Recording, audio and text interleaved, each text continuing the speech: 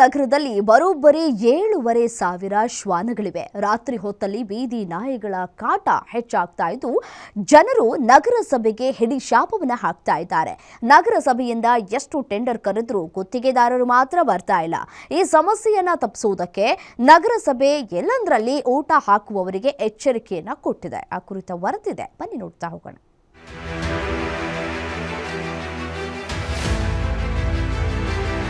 ರಾತ್ರಿ ಇರಲಿ ಹಗಲಿರಲಿ ಕಾಫಿನಾಡು ಚಿಕ್ಕಮಗಳೂರು ನಗರದಲ್ಲಿ ಬೀದಿ ನಾಯಿಗಳದ್ದೇ ಹವ.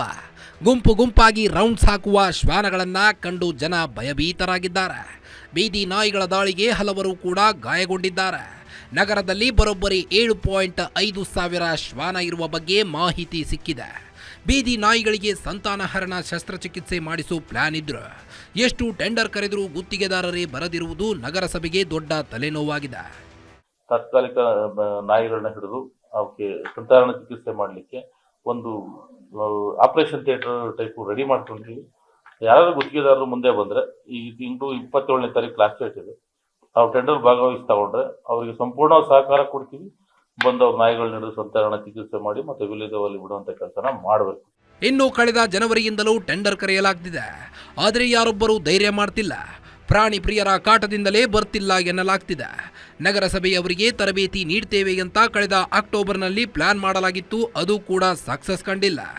ಆ ಪ್ರಕಾರ ಯಾರು ಆಹಾರ ಹಾಕ್ತಿದಾರೋ ಅವರು ಮುಂದೆ ಬಂದರೆ ನಾವು ಪ್ರಾಣಿಗಳೇ ಆಹಾರ ಕೊಡ್ತೀವಿ ಅಂತ ಅವ್ರು ಯಾವ ವಾರ್ಡಲ್ಲಿ ಇದ್ದಾರೋ ಆ ವಾರ್ಡಲ್ಲಿ ಒಂದು ಪಾಯಿಂಟ್ ಮಾಡಿ ತೋರಿಸುವಂಥ ಕೆಲಸನ ಮಾಡ್ತಾ ಇದ್ದೀವಿ. ಅದೇ ದೃಷ್ಟಿಯಿಂದ ನಾವು ಎಚ್ಚರಿಕೆ ಕೊಟ್ಟಿದ್ದೀವಿ, ಯಾರು ಬೀದಿ ನಾಯಿಗಳಿಗೆ ಆಹಾರನ ಹಾಕಬಾರ್ದು. ಅಂದರೆ ಉದ್ದೇಶ ಎಲ್ಲಿ ಬೇಕಾದ್ರೂ ಅಲ್ಲಿ ಹಾಕಬಾರ್ದು.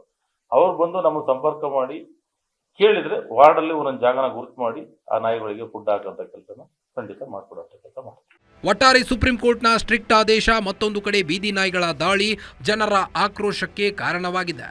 ಅಧಿಕಾರಿಗಳು ಟೆಂಡರ್ ಕರೆದರೂ ಬರ್ತಿಲ್ಲ.